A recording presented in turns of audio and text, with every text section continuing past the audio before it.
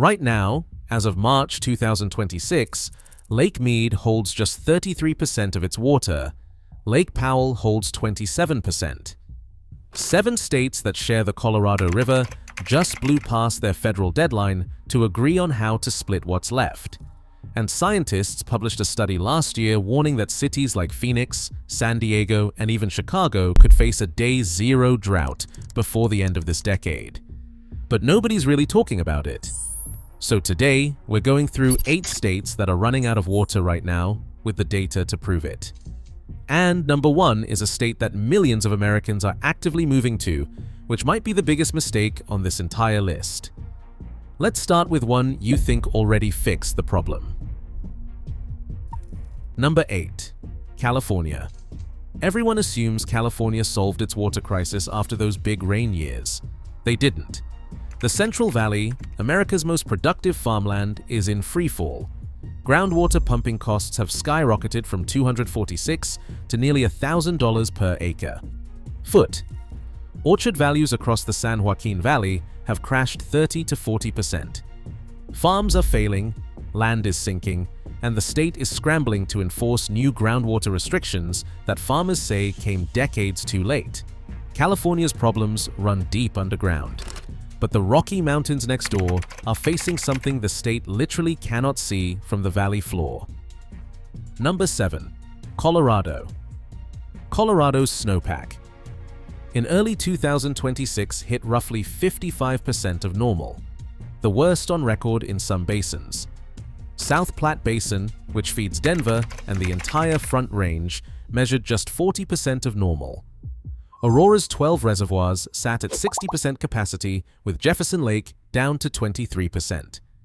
Denver water officials said getting back to normal would require the most snow Colorado has ever recorded. Water restrictions are coming this summer for millions of residents across the Front Range.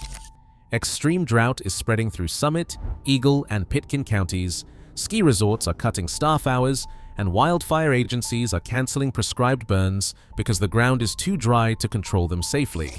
Now here's where it gets personal.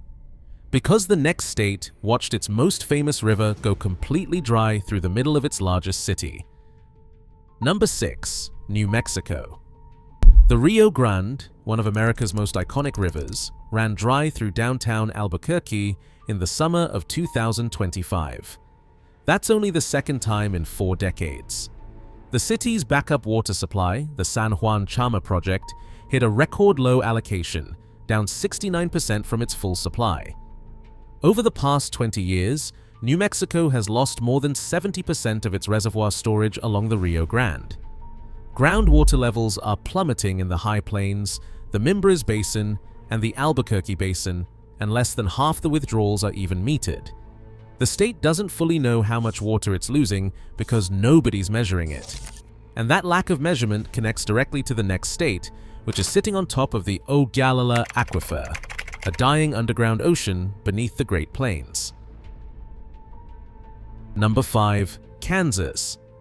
Beneath the Great Plains sits the Ogallala Aquifer. It supports $35 billion in annual agriculture and recharges at about 1 inch per year. If it fully drained, it would take over 6,000 years to refill. In southwest Kansas, the aquifer dropped 1.52 feet in a single year. More than 25% of the Kansas portion has already hit minimum threshold, meaning it can no longer sustain large-scale irrigation. The governor said it plainly in 2025. Some parts of western Kansas don't have enough groundwater to last another 25 years.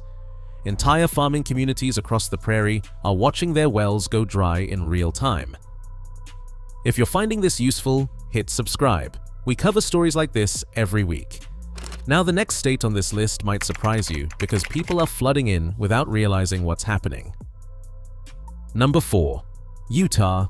As of January 2026, 94% of Utah was in some form of drought.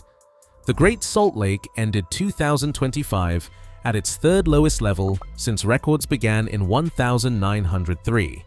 The governor declared a drought emergency covering 17 of 29 counties. And here's the part that should concern everyone. Utah residents use roughly 169 gallons of water per person per day. That's more than double the national average of 82 gallons. The state gets 95% of its water from snowpack, but 2025 was the warmest year in Utah's recorded history. More snow is falling as rain, more rain is running off instead of storing, and the population is one of the fastest growing in the country. But Utah at least has a lake. The next state is gambling its entire future on a reservoir that could hit critical levels this summer. Number 3. Nevada. Lake Mead, the reservoir that provides water and power to 25 million people across the Southwest, measured 1,066 feet on March 4, 2026. That's 163 feet below full pool and 3 feet lower than the same date last year. Federal projections show Lake Mead could drop below 1,050 feet by July 2026, which would trigger a Tier 2 shortage. The worst-case modeling puts it at 1,026 feet by mid-2027, 1 foot from the most severe shortage category ever declared. Las Vegas gets roughly 90% of its water from Lake Mead. This is the 5th consecutive year of shortage declarations, and the 7 Colorado River states still cannot agree on a plan. The current water-sharing agreements expire at the end of this year with no replacement in sight. The white bathtub ring around Lake Mead tells you everything. But the sheer scale of what's unfolding across Texas makes Nevada look manageable by comparison. Number 2. Texas. Texas is adding hundreds of thousands of residents every year while its water supply shrinks in every direction. The Choke Canyon and Lake Corpus Christi system, which serves the entire Corpus Christi metro area, dropped to 10.8% capacity. Stage 3 restrictions have been in place since December 2024, and officials are warning of a potential water emergency by the end of 2026. The Edwards Aquifer in San Antonio fell below its Stage 5 drought threshold for the first time ever. Medina Lake hit roughly 2% full. Elephant Butte Reservoir near El Paso was at 5.6%. And Texas still operates under the rule of capture for groundwater, which means any landowner can pump as much as they want. Only about a quarter of wells are even metered. The state's own water plan says a record drought would leave Texas short by 4.7 million acre-feet, more than 20% of total demand. And that brings us to number 1. The desert state where new subdivisions are sprouting across the Phoenix metro, while the water underneath them disappears. Number 1. Arizona. Arizona absorbed 512,000 acre-feet in Colorado River cuts for 2026. That's 18% of its allocation, and it's the 5th straight year of reductions. Some federal proposals on the table right now would cut Arizona's supply by up to 57%. In Pinal County, cotton acreage has been slashed by 75%. Roughly 200 farmers have fallowed up to 40% of their land.